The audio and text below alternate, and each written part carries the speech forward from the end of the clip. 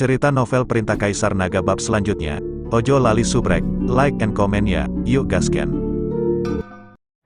Pada awalnya, kekuatan spiritual Ling Xue masih agak tidak terkendali, dan mengalir deras di meridiannya, terutama di titik akupuntur yang tersisa dengan retakan kecil selama terobosan, yang menyebabkan rasa sakit yang tumpul. Kekuatan spiritual Chen Ping sangat sabar, seperti seorang gembala yang berpengalaman, menenangkan kekuatan spiritual yang gelisah sedikit demi sedikit, membimbing mereka mengalir perlahan di sepanjang meridian. Di sini, bertahanlah dengan 3/10 kekuatanmu. Ketika kekuatan spiritual mencapai titik akupuntur kuci di lengan kirinya, Chen Ping tiba-tiba berbicara dengan suara setenang lonceng. Bayangkan kekuatan spiritual itu adalah aluk giok hangat, yang perlahan-lahan menggesek dinding meridian. Ling Xue melakukan apa yang diperintahkan, tetapi begitu dia mengerahkan tenaga, dia merasakan nyeri tajam di meridiannya dan keringat dingin langsung mengucur dari dahinya. Disitulah retakan kecil muncul di menara terakhir kali untuk menampung kekuatan naga yang dibawa oleh Chen Ping. Jangan terburu-buru, luangkan waktumu. Chen Ping menyadari stagnasinya, dan kekuatan spiritual di telapak tangannya melunak, bagaikan salep hangat, meresap ke meridian yang rusak sedikit demi sedikit. Kosongkan pikiranmu dan rasakan sentuhan kekuatan spiritual mengalir melalui dirimu, seperti perasaan aliran sungai yang mengalir di atas batu biru saat salju mencair di musim semi. Suaranya memiliki kekuatan menenangkan yang aneh. Ling Xue menarik napas dalam-dalam dan berusaha keras membayangkan adegan yang sedang dibicarakannya. Perlahan-lahan, ia merasakan sensasi geli di meridiannya mereda.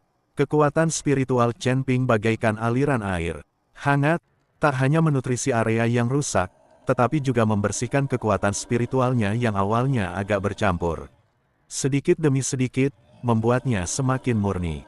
Matahari perlahan terbit lebih tinggi, menembus dahan-dahan pohon pinus kuno yang mengelilingi arena bela diri, memancarkan cahaya berbintik-bintik pada formasi batu giok. Aura batu giok yang terbenam di dalam formasi berputar-putar, menyelimuti keduanya dalam pusaran energi spiritual yang lembut. Setelah waktu yang tidak diketahui, Ling Xue tiba-tiba merasakan panas yang tiba-tiba di dantiannya, dan kekuatan spiritual yang jauh lebih padat dan kuat dari sebelumnya melonjak keluar. Setelah mengalir di sepanjang meridian selama satu lingkaran, kekuatan spiritual itu mengembun menjadi setetes kekuatan spiritual sebening kristal di ujung jarinya. Saat tetesan air menyentuh tanah, mereka mengeluarkan suara renyah seperti batu giok, lalu menghilang begitu menyentuh tanah, berubah menjadi titik-titik cahaya spiritual. Selesai, Chen Ping menarik telapak tangannya, senyum lega tersungging di wajahnya. Kekuatan spiritualmu telah terkondensasi menjadi cairan spiritual, yang berarti fondasimu kokoh. Ling Xue membuka matanya dan merasa rileks. Pikirannya yang tadinya gelisah menjadi jernih. Dia mencoba mengayunkan pedang, dan kekuatan spiritual yang melekat pada pedang itu bahkan lebih padat dari sebelumnya, dan energi pedang menjadi lebih terkendali dan berat. Terima kasih, kakak senior. Dia berdiri dan membungkuk dalam-dalam kepada Chen Ping, matanya penuh rasa terima kasih. Chen Ping tersenyum dan melambaikan tangannya, ini baru permulaan. Setelah fondasimu kokoh, kau perlu mengasah ilmu pedangmu. Ilmu pedang Liu Xuang mu memang lincah, tetapi kurang mendalam dan mendalam seperti seorang dewa. Bumi, ayo kita pergi ke tebing uji pedang, di pegunungan belakang, dan aku akan mengajarimu satu set jurus pedang batu. Tebing uji pedang dipenuhi bekas-bekas pedang yang ditinggalkan oleh para murid sekte pedang. Angin di tebing, membawa napas yang menusuk, yang sangat cocok untuk mengasah hati pedang. Chen Ping memegang sebatang ranting dan berlatih di atas batu biru di tepi tebing. Gerakan pedang batu tampak ganas, tetapi sebenarnya memiliki ketahanan tersembunyi, seperti bebatuan di tebing ini. Tak peduli bagaimana angin bertiup atau hujan turun, gerakannya tetap stabil seperti jarum ajaib yang menstabilkan laut. Dengan jentikan pergelangan tangannya, dahan itu menggores batu, meninggalkan bekas yang dangkal. Anehnya, bekas itu tampak biasa saja pada pandangan pertama, tetapi setelah diamati lebih dekat, seseorang dapat melihat kekuatan tertahan yang tersembunyi di balik garis-garis itu. seolah-olah dapat melepaskan kekuatan luar biasa kapan saja. Coba sekarang, gunakan energi spiritualmu yang baru stabil untuk mengaktifkan gerakan pedangmu. Ingat, kamu perlu membuat energi spiritualmu seberat batu giok yang tenggelam ke dalam air, namun tetap hangat dan halus. Ling Xue menggenggam pedang itu erat-erat, mengambil napas dalam-dalam, mengingat kembali perasaan dalam.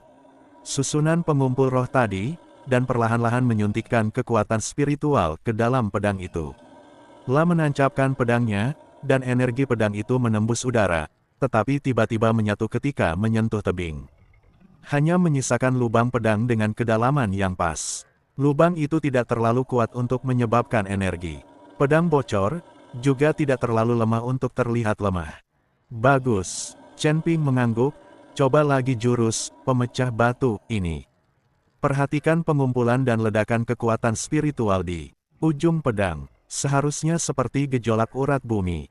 Mungkin tampak tenang, tetapi sebenarnya mengandung guntur. La mendemonstrasikannya sendiri. Ranting itu menunjuk, tampak perlahan, tetapi begitu menyentuh batu, ia meletus. Dengan kekuatan yang mencengangkan, batu biru itu langsung hancur berkeping-keping, tetapi kemudian terbungkus oleh kekuatan yang lembut. Tak ada kerikil yang berterbangan, hanya berubah menjadi tumpukan bubuk batu halus.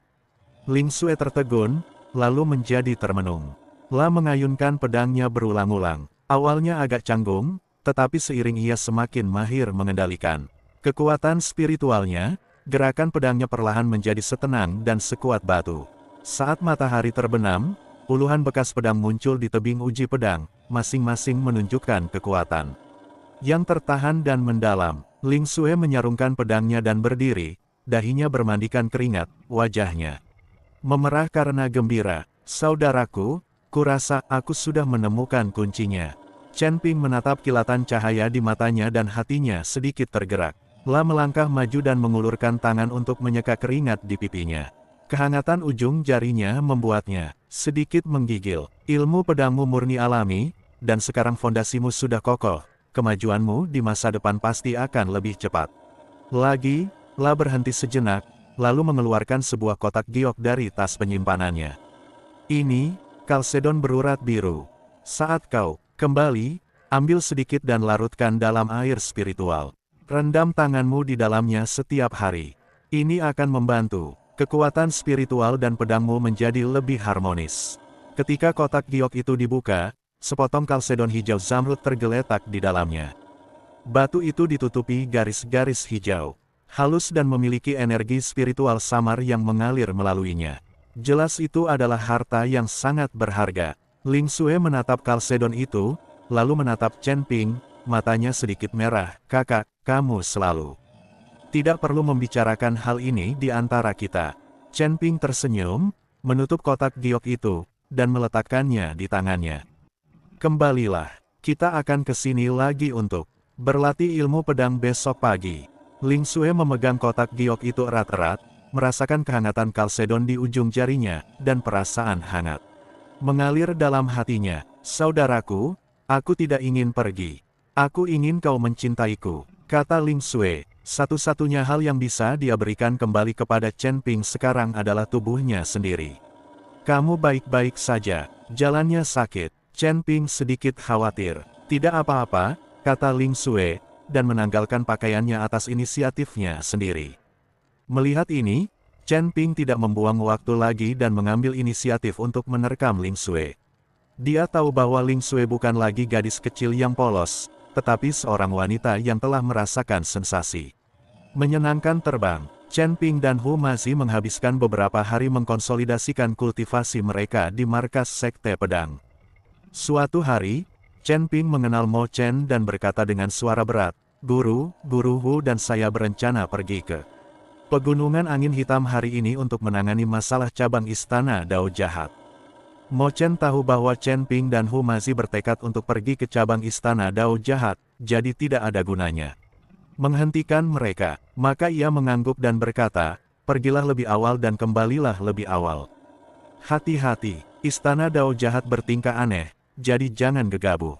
Dia berhenti sejenak, lalu menambahkan, aku sudah menyuruh orang menyiapkan ramuan dan sumber daya, jadi bawalah Terima kasih, Guru. Chen Ping membungkuk dan berterima kasih, lalu berbalik menatap Humazi. Guru Hu, ayo pergi.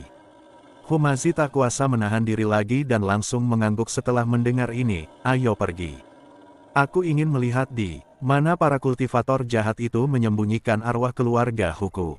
Tepat saat keduanya hendak pergi, Ling Sui berlari keluar ruangan dengan butiran keringat di dahinya, jelas dia baru saja menenangkan diri. Dia memegang sebuah bungkusan di tangannya dan berjalan cepat ke arah Chen Ping. Saudaraku, ini beberapa ramuan ajaib yang telah kusiapkan untukmu, bawalah ini bersamamu.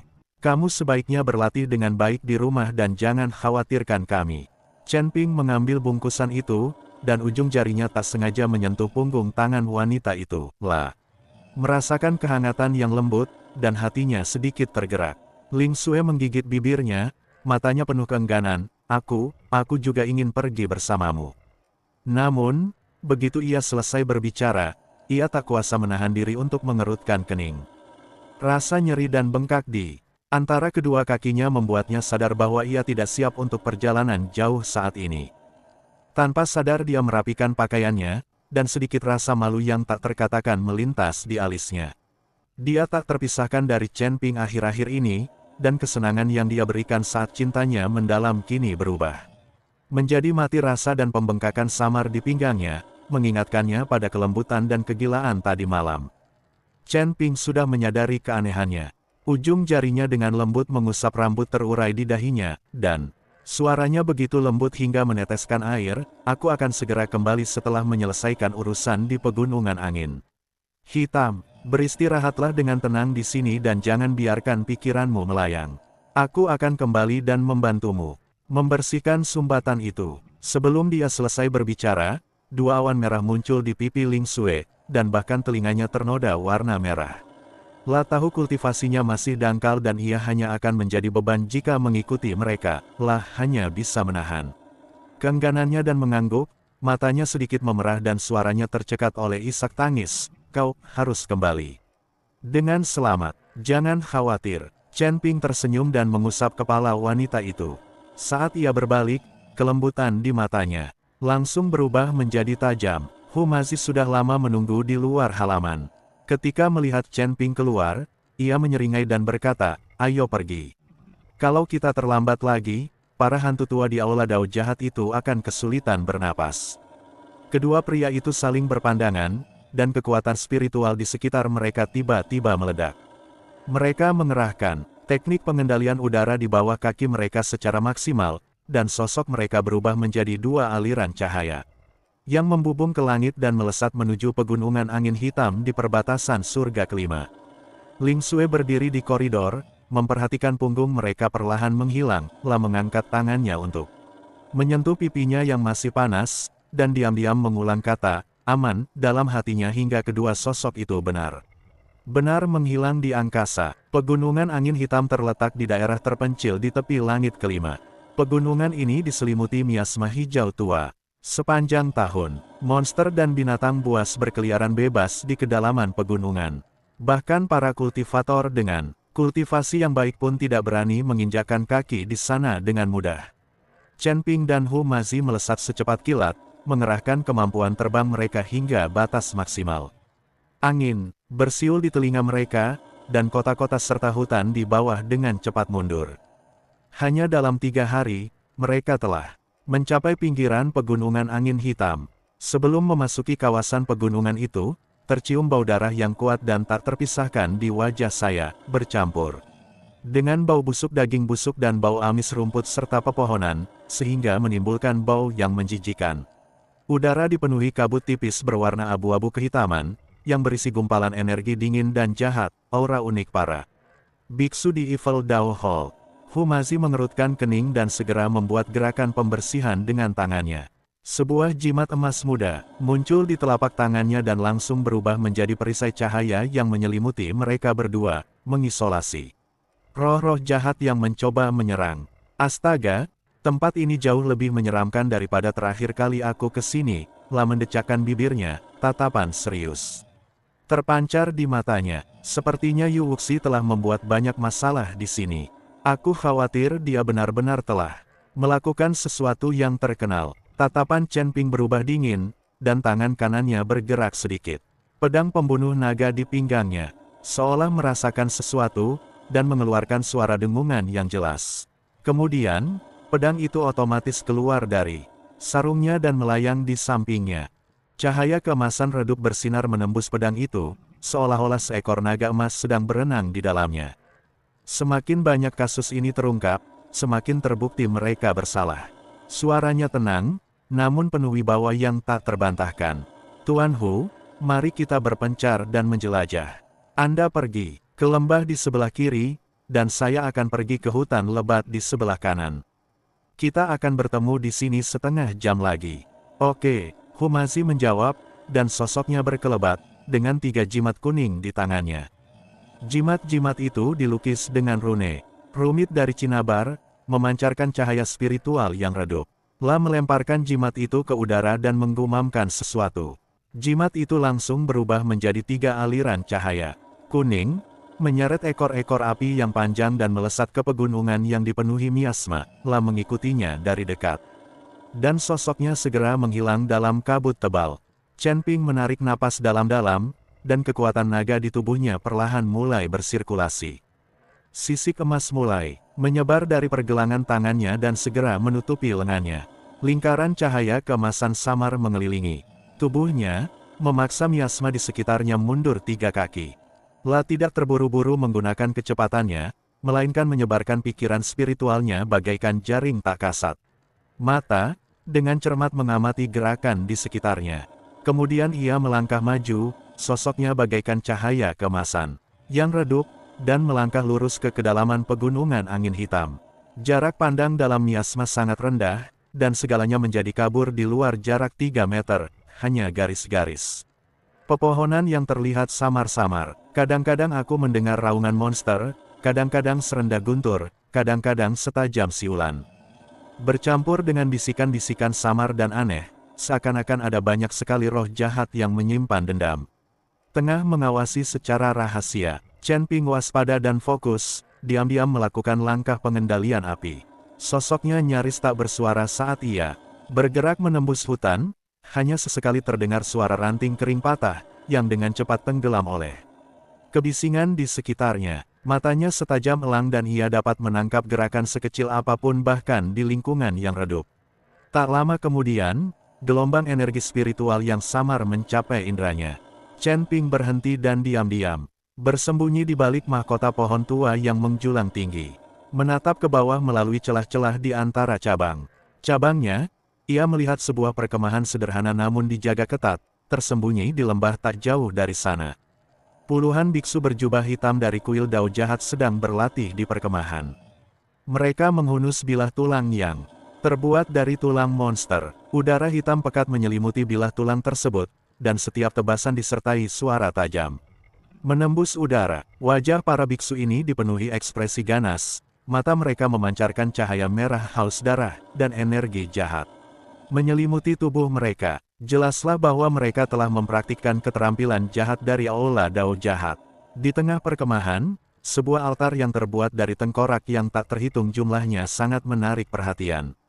Altar itu tingginya sekitar 3 meter, dengan cahaya hijau redup berkelap-kelip di rongga mata tengkorak, dan kabut hijau tebal menyelimuti puncak altar. Jika diperhatikan lebih dekat, ada bayangan-bayangan patah yang tak terhitung jumlahnya berjuang dan meraung dalam kabut hijau. Setelah diamati lebih dekat, mereka semua adalah jiwa-jiwa yang terpenjara. Mendengus, mata Chen Ping dipenuhi dengan niat membunuh, dan cahaya keemasan di sekelilingnya tiba-tiba menjadi lebih terang. Di antara roh-roh ini, terdapat aura para kultivator. Jelas bahwa mereka dibunuh oleh para biksu dari aula Dao jahat, dan kemudian jiwa mereka diekstraksi secara paksa untuk mempraktikkan sihir jahat. La tak lagi ragu, tubuhnya tiba-tiba melesat, dan melesat dari puncak pohon bagai anak panah. Pedang pembunuh naga, membelah udara, memancarkan energi pedang emas tajam yang tak tertandingi. Tertawa, energi pedang itu secepat kilat dan langsung menembus tenggorokan 3 pendeta berjubah hitam yang membelakanginya. Ketiga lelaki itu bahkan tidak sempat berbalik sebelum tubuh mereka membeku lalu berubah menjadi gumpalan gas hitam dan menghilang di udara, meninggalkan 3 mayat layu dan menjadi mumi yang jatuh dengan berat ke tanah. Ada penyusup. Para pendeta di perkemahan itu langsung waspada dan berbalik untuk melihat. Ketika mereka melihat cahaya keemasan di tubuh Chen Ping, yang sepenuhnya berlawanan dengan roh jahat, jejak ketakutan terpancar di mata mereka, dan kemudian digantikan oleh keserakahan. Itu biksu yang saleh. Tangkap dia hidup-hidup. Seorang biksu yang tampak seperti pemimpin berteriak dengan tegas. Jiwanya begitu murni, pasti akan sangat menyehatkan altar. Puluhan biksu berjubah hitam menyerbu serentak, bila tulang mereka dipenuhi energi jahat, mengarah langsung ke titik vital Chen Ping. Formasi mereka kacau namun ganas, dan berpadu dengan energi jahat yang merasuki perkemahan. Menciptakan rasa penindasan yang mengerikan. Chen Ping mendengus dingin, dan kekuatan naga di tubuhnya tiba-tiba meletus, dan api keemasan yang berkobar langsung menyala di pedang pembunuh naga. Kau tak tahu apa itu hidup dan mati. Suaranya sedingin es. Sosoknya melesat dan ia menyerbu kerumunan bagai hantu. Pedang pembunuh naga melesat, dan api keemasan menyebar bagai air pasang. Kemanapun pedang itu lewat, jeritan para biksu berjubah hitam bergema silih berganti. Roh-roh jahat yang tampak sombong itu lenyap dalam sekejap di hadapan api keemasan, bagaikan es dan salju yang bertemu dengan terik matahari. Tepat ketika bilah tulang di tangan seorang biksu hendak menebas Chen Ping, bila itu terbakar api dan mengeluarkan suara mendesis. Kemudian, bila itu pecah berkeping-keping, dan api menjalar ke tubuhnya. Dalam sekejap mata, ia berubah menjadi tumpukan arang.